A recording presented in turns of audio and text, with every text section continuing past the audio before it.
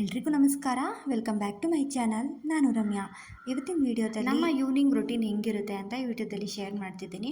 ಹಾಗೆ ಇವತ್ತು ಚಿದಕ್ಬೇಳೆ ಮಿಕ್ಚರ್ನ ಮಾಡ್ಕೊಳ್ಳೋಣ ಅಂತೇಳಿ ನಿನ್ನೆನೇ ನಾನು ಅವರೆಕಾಳನ್ನ ನೆನೆಸಿಟ್ಟಿದ್ದೆ. ಇವತ್ತು ಎಲ್ಲ ಚಿದುಕೊಂಡು ಇವತ್ತು ನಾನು ಅದನ್ನು ಕೂಡ ಮಿಕ್ಚರ್ ಮಾಡ್ಕೊತೀನಿ. ಹಾಗೆ ಇವತ್ತು ಮಕ್ಕಳು ಮ್ಯಾಗಿ ಮಾಡ್ಕೊಡಮ್ಮ ಅಂತ ಕೇಳ್ತಾ ಇದ್ರು, ಅದಕ್ಕೋಸ್ಕರ ಅವ್ರಿಗೆ ಮ್ಯಾಗಿ ಮಾಡ್ಕೊಡ್ತಾ ಇದ್ದೀನಿ.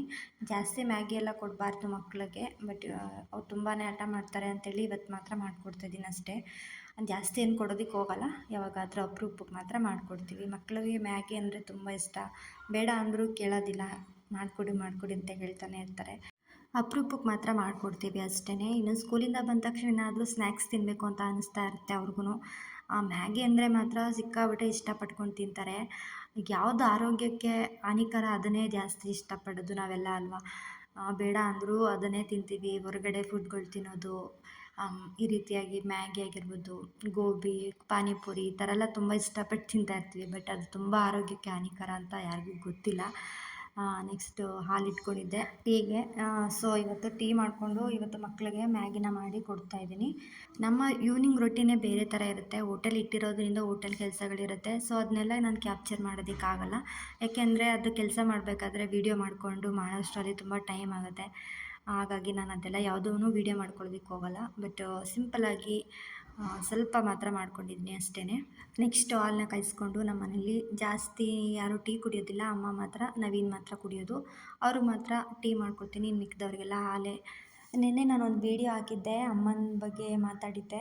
ನಿಜವಾಗ್ಲೂ ತುಂಬ ಜನ ನನ್ನ ಒಂದು ನೋವಿಗೆ ಸ್ಪಂದಿಸಿದ್ದೀರಾ, ತುಂಬ ಧೈರ್ಯ ಹೇಳಿದ್ದೀರಾ. ನಿಜವಾಗ್ಲೂ ಒಂದೊಂದು ಮೆಸೇಜೂ ನನಗೆ ತುಂಬಾ ಮೋಟಿವೇಟ್ ಮಾಡ್ತು, ತುಂಬ ಖುಷಿ ಕೂಡ ಆಯಿತು. ಇಷ್ಟೊಂದು ಜನ ನಮಗೆ ಒಂದು ಪ್ರೀತಿ ಕೊಡ್ತೀರಾ ಅಂತ ನಾನು ನಿಜವಾಗ್ಲೂ ಅಂದ್ಕೊಂಡಿರಲಿಲ್ಲ. ಎಲ್ಲರೂ ಒಂಥರ ಫ್ಯಾಮಿಲಿ ಮೆಂಬರ್ಸ್ ಥರ ನೋಡ್ತಿದ್ದೀರಾ, ನಿಜವಾಗ್ಲೂ ತುಂಬಾ ಖುಷಿ ಆಗುತ್ತೆ. ಸೊ ನಿಮ್ಮ ಒಂದು ಪ್ರೀತಿ ಆಶೀರ್ವಾದ ಇದೇ ಥರ ಕೊನೆಯವರೆಗೂ ಇರಲಿ ಅಂತ ಕೇಳ್ಕೊತೀನಿ. ನಿಜವಾಗ್ಲೂ ತುಂಬ ಖುಷಿ ಆಯಿತು. ಯಾರ್ಯಾರೆಲ್ಲ ನನಗೆ ಕಮೆಂಟ್ ಮಾಡಿದ್ದೀರಾ ಎಲ್ರಿಗೂ ತುಂಬ ಹೃದಯದ ಧನ್ಯವಾದಗಳು. ನನಗೆ ಇಷ್ಟು ಸಾಕು, ನಿಮ್ಮ ಪ್ರೀತಿ ವಿಶ್ವಾಸ ನನಗಿದೆ, ನನಗೆ ಧೈರ್ಯ ಅಂತ ಹೇಳ್ತೀನಿ. ಹಾಗೆ ಇವಾಗ ಟೀನು ಕೂಡ ಆಯಿತು, ಎಲ್ರಿಗೂ ಕೊಟ್ಟೆ. ಹಾಗೆ ಅವರೆಕಾಯಿ ತಂದಿದ್ದರು, ಅವರೆಕಾಯಿ ಎಲ್ಲರೂ ಕುತ್ಕೊಂಡು ಹಿಡಿತಾ ಇದ್ದರು. ಸೊ ನಾನು ಇವಾಗ ಹೋಗಿ ಅವರೆಕಾಯಿ ಹಿಡ್ಕೊಂಡು ನೆಕ್ಸ್ಟು ಚಿದಕ್ಬೇಳೆ ಮಾಡ್ಕೋಬೇಕಾಗಿತ್ತು. ಸೊ ಅದನ್ನು ಕೂಡ ಇವಾಗ ಮಾಡ್ಕೋತಾ ಇದ್ದೀವಿ. ಅವರೆಕಾಳು ಸೀಸನಲ್ಲಂತೂ ಪ್ರತಿದಿನವೂ ಅಷ್ಟೇ ಅವರೆಕಾಳು ಏನಾದರೂ ರೆಸಿಪಿ ಇದ್ದೇ ಇರುತ್ತೆ. ಈ ಪ್ರತಿಯೊಬ್ಬರ ಮನೇಲೂ ಅಷ್ಟೇ. ಅವರೆಕಾಯಿ ಸೀಸನ್ ಮುಗಿಯೋವರೆಗೂ ಅಷ್ಟೇ ಏನಾದರೂ ಒಂದು ಹೊಸ ಥರ ರೆಸಿಪಿಗಳನ್ನ ಮಾಡ್ತಾನೆ ಇರ್ತೀವಿ. ಸೊ ಇವತ್ತು ನಾನು ಅವರೆಕಾಳಿಂದ ಚಿದಕ್ಬೇಳೆ ಮಾಡಿಕೊಂಡು ಅದರಲ್ಲಿ ನಾನು ಮಿಕ್ಚರ್ನ ಮಾಡ್ಕೊಳ್ಳೋಣ ಅಂತ ಇವತ್ತು ಮಾಡ್ಕೋತಾ ಇದ್ದೀನಿ. ಅವರೆಕಾಯಿ ಸೀಸನಲ್ಲಿ ಇದೆಲ್ಲ ಮಾಡಲಿಲ್ಲ ಅಂದರೆ ಹೇಗೆ ಅಲ್ವಾ. ನಮ್ಮ ಮನೇಲಿ ಹೇಗೆ ಅಂತಂದರೆ, ನಾವು ಏನಾದರೂ ಕೆಲಸ ಮಾಡಬೇಕಾದ್ರೆ ಒಟ್ಟಿಗೆ ಕೂತ್ಕೊಂಡು ಮಾಡ್ಕೋತೀವಿ. ಈಗ ಅವರೆಕಾಯಿ ತಂದಿದ್ದೀವಿ ಅಲ್ವಾ, ಸೊ ಇವತ್ತು ಅವರೆಕಾಯಿನೆಲ್ಲರೂ ಕೂತ್ಕೊಂಡು ಒಟ್ಟಿಗೆ ಹಿಡ್ಕೊಂಡು ಎಲ್ಲ ಒಟ್ಟಿಗೆ ಕೆಲಸ ಮುಗಿಸ್ಕೋತೀವಿ. ಸೊ ಒಂಥರ ಫ್ಯಾಮಿಲಿ ಎಲ್ಲ ಟೈಮ್ ಸ್ಪೆಂಡ್ ಮಾಡ್ದಂಗೆ ಆಗುತ್ತೆ. ಏನಾದರೂ ಮಾತಾಡಿಕೊಂಡು ಈ ರೀತಿಯಾಗಿ ಮಾಡ್ಕೋತಾ ಇರ್ತೀವಿ. ತಮಾಷೆಗೆ ಮಾತಾಡಿಕೊಂಡು ಈ ಥರ ಎಲ್ಲ ಮಾಡ್ಕೋತೀವಿ. ಕೆಲಸ ಮಾಡ್ದಂಗೆ ಅನಿಸಲ್ಲ. ನೆಕ್ಸ್ಟ್ ಸಿಪ್ಪೆಗಳೆಲ್ಲ ಇತ್ತಲ್ವ, ಸೊ ಹಸುಗಳಿಗೆ ಇಡೋಣ ಅಂತೇಳಿ ಹಸುಗಳಿಗೆ ಕೊಡ್ತಾಯಿದ್ದೀನಿ.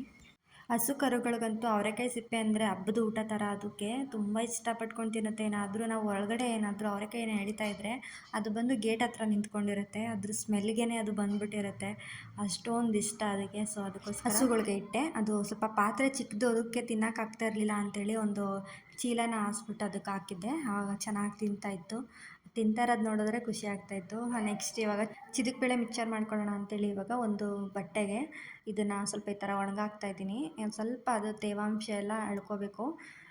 ಅಷ್ಟೊಂದು ತೇವ ಇದ್ದಾಗ ನಾವು ಹಾಕಿದ್ರೆ ಅಷ್ಟೊಂದು ಚೆನ್ನಾಗಿ ಬರೋಲ್ಲ. ಸೊ ಒಂದು ಸ್ವಲ್ಪ ಈ ಥರ ಎಲ್ಲ ಒಣಗಾಕ್ಬಿಟ್ಟು ಅದಾದಮೇಲೆ ನಾವು ಎಣ್ಣೆಲಿ ಕರ್ಕೊಂಡ್ರೆ ತುಂಬಾ ಚೆನ್ನಾಗಿ ಬರುತ್ತೆ, ಗರಿಗರಿಯಾಗಿ ಬರುತ್ತೆ. ನೆಕ್ಸ್ಟ್ ಇವಾಗ ಮಿಕ್ಚರ್ ಮಾಡ್ಕೊಳ್ಳೋಣ ಅಂತೇಳಿ ಎಲ್ಲನೂ ಕೂಡ ರೆಡಿ ಮಾಡಿ ಎತ್ತಿಟ್ಕೊತಿದ್ದೆ. ಕಡಲೆ ಬೀಜ, ಕಡಲೆ, ಹಾಗೆ ಕರ್ಬೇವಿನ ಸೊಪ್ಪು, ಬೆಳ್ಳುಳ್ಳಿ ಇದನ್ನೆಲ್ಲ ಹಾಕಿ ಮಾಡಿದ್ರೆ ತುಂಬಾ ಚೆನ್ನಾಗಿರುತ್ತೆ. ಇದನ್ನೆಲ್ಲ ನಾನು ಫಸ್ಟು ರೆಡಿ ಮಾಡಿ ಎತ್ತಿಟ್ಕೊಬಿಡ್ತೀನಿ. ಅದಾದ ನಂತರ ಕರ್ಕೊತೀನಿ ಎಣ್ಣೆಯಲ್ಲಿ. ಚೆನ್ನಾಗಿರುತ್ತೆ ಈ ಥರ ಮಾಡ್ಕೊಂಡು. ಒಂದು ಸಲ ನೀವು ತಿನ್ನಿ. ಅವರೆಕಾಯಿ ಸೀಸನ್ ಮುಗಿಯೋವರೆಗೂ ಈ ಥರ ಎಲ್ಲ ಮಾಡ್ಕೊಂಡು ತಿಂದ್ಬಿಡ್ಬೇಕು. ಯಾವ ಸೀಸನ್ನಲ್ಲಿ ಏನಿರುತ್ತೆ ಅದನ್ನು ನಾವು ತಿಂತಾ ಇರಬೇಕು. ನೆಕ್ಸ್ಟ್ ವರ್ಷ ಇರ್ತೀವೋ ಇರಲ್ವೋ. ಈ ಡೈಲಾಗಂತೂ ನಮ್ಮ ಅತ್ತೆ ಹೇಳ್ತಾನೆ ಇರ್ತಾರೆ ಆವಾಗವಾಗ. ಏನಾದರೂ ಅವರೆಕಾಯಿ ನಮ್ಮ ಮನೇಲಿ ಜಾಸ್ತಿ ತಿನ್ನೋದಕ್ಕೆ ಇಷ್ಟಪಡಲ್ಲ, ಮನೆಯವ್ರೇನಾದರೂ ವಾಯು ಅಲ್ವಾ, ಸೊ ಹಾಗಾಗಿ ಹೇಳ್ತಾ ಇರ್ತಾರೆ ಬೇಡ ಅಷ್ಟೊಂದು ಜಾಸ್ತಿ ತರೋದು ಅಂತ. ಆವಾಗ ನಮ್ಮ ಅತ್ತೆ ಹೇಳ್ತಾ ಇರ್ತಾರೆ, ಬರೋ ವರ್ಷದ ತನಕ ಇರ್ತೀರ ಇಲ್ವೋ, ಇವಾಗ ನಾವು ಮಾಡ್ಕೊಂಡು ತಿನ್ಕೊಂಡು ಚೆನ್ನಾಗಿರಬೇಕು ಅಂತ ಹೇಳ್ತಾ ಇರ್ತಾರೆ. ಸೊ ಹಾಗಾಗಿ ಇವಾಗ ನೆಕ್ಸ್ಟ್ ಇವಾಗ ಎಣ್ಣೆನ ಕಾಲಿಕ್ಕೆ ಇಟ್ಟಿದ್ದೆ. ಇದು ಕಾದ ನಂತರ ಇವಾಗ ನಾನು ಈ ಚಿದಕ್ ಬೇಳೆ ಏನಿರುತ್ತೆ ಅದನ್ನು ಹಾಕ್ಕೊಂಡು ಚೆನ್ನಾಗಿ ಇದನ್ನು ಫ್ರೈ ಮಾಡಿಕೊಂಡು ಎತ್ತಿಟ್ಕೊತಾ ಇದ್ದೀನಿ. ನೋಡ್ತಾ ಇರ್ಬೋದು ಇಲ್ಲಿ ಎಷ್ಟು ಕ್ರಿಸ್ಪಿಯಾಗಿ ಬಂದಿದೆ ಅಂತ. ಇದನ್ನು ಸ್ವಲ್ಪ ತಣ್ಣಗಾದ್ಮೇಲೆ ತುಂಬಾ ಕ್ರಿಸ್ಪಿಯಾಗಿ ಬರುತ್ತೆ. ಇದನ್ನು ಜಾಸ್ತಿ ಕ್ರಿಸ್ಮಸ್ ಹಬ್ಬದಲ್ಲಿ ಮಾಡ್ತಾರೆ. ಸೊ ತುಂಬ ಚೆನ್ನಾಗಿರುತ್ತೆ. ನೆಕ್ಸ್ಟ್ ಇವಾಗ ಕಡಲೆ ಬೀಜನೂ ಅಷ್ಟೇ, ಅದನ್ನು ಕೂಡ ಫ್ರೈ ಮಾಡ್ಕೊಂಡು ಎತ್ತಿಟ್ಕೊತಿದ್ದೀನಿ. ಕಡಲೆನೂ ಅಷ್ಟೇ, ಸ್ವಲ್ಪ ಇದನ್ನು ಕೂಡ ಎಣ್ಣೆಯಲ್ಲಿ ಫ್ರೈ ಮಾಡಿಕೊಂಡು ಎತ್ತಿಟ್ಕೊತಾ ಇದ್ದೀನಿ. ನಿಜವಾಗ್ಲೂ ತುಂಬ ಚೆನ್ನಾಗಿರುತ್ತೆ. ಎಲ್ಲನೂ ಒಟ್ಟಿಗೆ ನಾವು ಮಿಕ್ಸ್ ಮಾಡ್ಕೊಂಡು ತಿಂತೀವಲ್ವ, ಆಗ ತುಂಬಾ ರುಚಿ ಕೊಡುತ್ತೆ. ಸೊ ನೆಕ್ಸ್ಟು ಕರ್ಬೇವಿನ ಸೊಪ್ಪು, ಬೆಳ್ಳುಳ್ಳಿ ಎರಡನ್ನೂ ಕೂಡ ಫ್ರೈ ಮಾಡಿ ಇದನ್ನು ಕೂಡ ಎತ್ತಿಟ್ಕೊತಾ ಇದ್ದೀನಿ. ಇದಕ್ಕೆ ಒಂದು ಮಿಸ್ ಆಯಿತು, ಕೊಬ್ಬರಿನ ಹಾಕಿದ್ದಿದ್ರೆ ಇನ್ನೂ ಟೇಸ್ಟ್ ಬರೋದು. ಸೊ ಅದೊಂದು ಸ್ಕಿಪ್ ಆಯಿತು ಅಷ್ಟೇ, ನೀವು ಹಾಕ್ಕೊಳ್ಳಿ. ನೆಕ್ಸ್ಟು ನಾನಿಲ್ಲಿ ಅವಲಕ್ಕಿನೂ ಕೂಡ ಇದನ್ನು ಮಾಡಿ ಎತ್ತಿಟ್ಕೊತಾ ಇದ್ದೀನಿ. ನಾನು ಜಾಸ್ತಿ ಅವಲಕ್ಕಿನ ಆ್ಯಡ್ ಮಾಡಿದೆ, ಜಾಸ್ತಿ ಆಗುತ್ತೆ ಅಂತೇಳಿ. ನಾನು ಅಂದರೆ ಅಷ್ಟೂ ಚಿದಕ್ ಬೇಳೆನೂ ಕೂಡ ನಾನು ಮಾಡ್ಕೊಳ್ಳಿಲ್ಲ, ಸ್ವಲ್ಪ ಹಾಗೆ ಎತ್ತಿಟ್ಬಿಟ್ಟೆ. ಇನ್ನೊಂದು ಸ್ವಲ್ಪ ಮಾತ್ರ ಮಾಡಿಕೊಂಡೆ ಅಷ್ಟೇ. ಇದೊಂಥರ ಅವಲಕ್ಕಿ ಮಿಕ್ಚರ್ ಥರ ಆಗಿಬಿಡ್ತು. ನಾನು ಚಿದಕ್ ಬೇಳೆ ಮಿಕ್ಚರ್ ಮಾಡೋದಕ್ಕೆ ಹೋಗಿ ಈಗ ಅವಲಕ್ಕಿ ಮಿಕ್ಚರ್ ಆಗೋಯ್ತು. ಜಾಸ್ತಿ ನಾನು ಅವಲಕ್ಕಿನೇ ಆ್ಯಡ್ ಮಾಡಿದೆ, ಆದರೆ ನಿಜವಾಗ್ಲೂ ತುಂಬ ಚೆನ್ನಾಗಿ ಬಂದಿತ್ತು. ನೆಕ್ಸ್ಟು ಸ್ವಲ್ಪ ರುಚಿಗೆ ತಕ್ಕಷ್ಟು ಉಪ್ಪು ಹಾಗೆ ಅಚ್ಕಾರದ ಪುಡಿನ ಆ್ಯಡ್ ಮಾಡಿ. ನೆಕ್ಸ್ಟು ಇದನ್ನು ಮಾತ್ರ ಮಿಸ್ ಮಾಡ್ಕೋಬೇಡಿ, ಇದು ಸಕ್ಕರೆ ಪುಡಿ. ಇದನ್ನು ಚೆನ್ನಾಗಿ ಪೌಡ್ರ್ ಮಾಡಿಕೊಂಡು ಈ ರೀತಿ ಆ್ಯಡ್ ಮಾಡ್ಕೊಳ್ಳಿ. ನಿಜವಾಗ್ಲೂ ತುಂಬಾ ರುಚಿ ಕೊಡುತ್ತೆ. ಎಷ್ಟು ಟೇಸ್ಟಿಯಾಗಿರುತ್ತೆ ಗೊತ್ತಾ. ಅವಲಕ್ಕಿ ಮಿಕ್ಚರ್ ಮಾಡಿದಾಗ ನಾವು ಜಾಸ್ತಿ ಈ ಥರನೇ ಮಾಡ್ಕೊಂಡು ತಿನ್ನೋದು.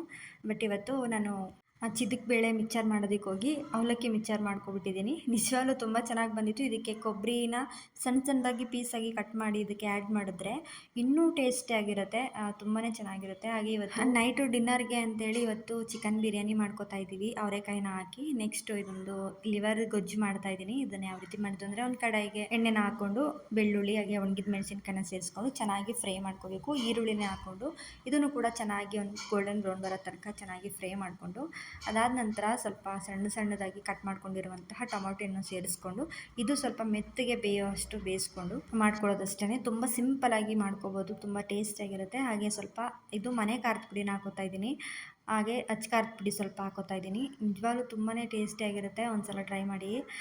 ಲಿವರ್ ಗೊಜ್ಜು ಇದು ತುಂಬಾ ಇಷ್ಟಪಟ್ಕೊಂಡು ತಿಂತೀವಿ ನಾವು. ಹಾಗೆ ರುಚಿಗೆ ತಕ್ಕಷ್ಟು ಉಪ್ಪು ಎಲ್ಲನೂ ಸೇರಿಸಿ ಚೆನ್ನಾಗಿ ಇದನ್ನು ಫ್ರೈ ಮಾಡಿ, ಹಾಗೆ ಸ್ವಲ್ಪ ನೀರನ್ನ ಸೇರಿಸ್ಕೊಂಡು ನೆಕ್ಸ್ಟ್ ಇದಕ್ಕೆ ನಾನು 4 ಗೋಡಂಬಿ, 2 ಚಕ್ಕೆ, 2 ಲವಂಗನ ಸೇರಿಸ್ಕೊಂಡು ಪುಡಿ ಮಾಡಿಕೊಂಡು ಹಾಕೋತಾ ಇದ್ದೀನಿ. ನಿಜವಾಗ್ಲೂ ತುಂಬಾ ಟೇಸ್ಟಾಗಿರುತ್ತೆ ಈ ರೀತಿ ಮಾಡ್ಕೊಂಡು ಮಾಡಿದ್ರೆ. ನಮಗಂತೂ ತುಂಬ ಇಷ್ಟ ಇದು ಲಿವರ್ ಗೊಜ್ಜು. ಚಪಾತಿ, ದೋಸೆ, ರೊಟ್ಟಿ ಎಲ್ಲದಕ್ಕೂ ಚೆನ್ನಾಗಿರುತ್ತೆ. ಹಾಗೆ ಮುದ್ದೆ, ಅನ್ನಕ್ಕೂ ಕೂಡ ತುಂಬ ಚೆನ್ನಾಗಿರುತ್ತೆ. ಹಾಗೆ ಇದನ್ನು ಒಂದು ವಿಸಿಲ್ ಕೂಗಿಸ್ಕೊಂಡ್ರೆ ಸಾಕಾಗುತ್ತೆ. ಈಗ ನಾನು ಒಂದು ವಿಸಿಲ್ ಕೂಗಿಸ್ಕೊಳ್ತಾ ಇದ್ದೀನಿ. ನೆಕ್ಸ್ಟ್ ಇಲ್ಲಿ ಓಪನ್ ಮಾಡಿ ತೋರಿಸ್ತೀನಿ ನೋಡಿ. ಇಲ್ಲಿ ಒಂದು ವಿಸಿಲ್ ಕೂಗಿಸ್ಕೊಂಡಿದ್ದಾಯಿತು. ನೆಕ್ಸ್ಟ್ ಇಲ್ಲಿ ನೋಡ್ತಾ ಇರ್ಬೋದು ನೀವು ಎಷ್ಟು ಚೆನ್ನಾಗಿ ಬಂದಿದೆ ಅಂತ. ನಿಜವಾಗ್ಲೂ ತುಂಬಾ ಸಿಂಪಲಾಗಿ ಟೇಸ್ಟಿಯಾಗಿ ಮಾಡ್ಕೊಳ್ಳುವಂಥದ್ದು. ತುಂಬ ಮಕ್ಕಳಿಗೆಲ್ಲ ತುಂಬ ಇಷ್ಟ ಆಗುತ್ತೆ ಇದು, ಏಕೆಂದರೆ ಅಷ್ಟೊಂದು ಮಸಾಲೆಗಳು ಹಾಕಿರಲ್ಲ. ಮಸಾಲೆ ಸಾಂಬಾರು ಅಂದ್ರೇ ಇಷ್ಟ ಆಗಲ್ಲ. ಸೊ ಈ ರೀತಿಯಾಗಿ ಸಿಂಪಲಾಗಿ ಮಾಡಿಕೊಟ್ರೆ ಮಕ್ಕಳು ತುಂಬ ಇಷ್ಟಪಟ್ಕೊಂಡು ತಿಂತಾರೆ. ಅನ್ನಕ್ಕೆ ತುಂಬ ಚೆನ್ನಾಗಿರುತ್ತೆ ಇದು. ನೆಕ್ಸ್ಟ್ ಬಿರಿಯಾನಿನೂ ಕೂಡ ರೆಡಿಯಾಗಿತ್ತು. ಇದ್ರದ್ದು ರೆಸಿಪಿ ಶೇರ್ ಮಾಡಲಿಲ್ಲ. ಏನಾದರೂ ಬೇಕು ಅಂತಂದರೆ ಕಮೆಂಟ್ ಬಾಕ್ಸಲ್ಲಿ ಕಮೆಂಟ್ ಮಾಡಿ ತಿಳಿಸಿ. ನಾವು ಯಾವ ರೀತಿ ಬಿರಿಯಾನಿ ಮಾಡ್ತೀವಿ ಅಂತ ಬೇಕಿದ್ರೆ ಶೇರ್ ಮಾಡ್ತೀವಿ. ಸೊ ಈ ವಿಡಿಯೋ ಇಲ್ಲಿಗೆ ಎಂಡ್ ಮಾಡ್ತಾಯಿದ್ದೀನಿ. ನಮ್ಮ ಒಂದು ಈವ್ನಿಂಗ್ ರುಟೀನ್ ಈ ಥರ ಇರುತ್ತೆ. ಸೊ ಈ ವಿಡಿಯೋ ನಿಮ್ಗೆ ಇಷ್ಟ ಆಗಿದೆ ಅಂತ ಅನ್ಕೋತೀನಿ. ಇಷ್ಟ ಆಗಿದ್ರೆ ಲೈಕ್ ಮಾಡಿ, ಶೇರ್ ಮಾಡಿ, ಕಮೆಂಟ್ ಮಾಡಿ. ಹಾಗೆ ನಮ್ಮ ಚಾನಲ್ನ ಸಬ್ಸ್ಕ್ರೈಬ್ ಮಾಡ್ಕೊಂಡು ನೋಡಿ. ಇಲ್ಲಿ ತನಕ ನೋಡಿರೋರಿಗೆ ತುಂಬ ಹೃದಯದ ಧನ್ಯವಾದಗಳು. ಮುಂದಿನ ವಿಡಿಯೋದಲ್ಲಿ ಸಿಗ್ತೀನಿ. ಅಲ್ಲಿವರೆಗೂ ನಗ್ನಾಗ್ತಾ ಇರಿ, ಖುಷಿಯಾಗಿರಿ ಅಂತ ಹೇಳ್ತಾ ಥ್ಯಾಂಕ್ ಯು ಫಾರ್ ವಾಚಿಂಗ್.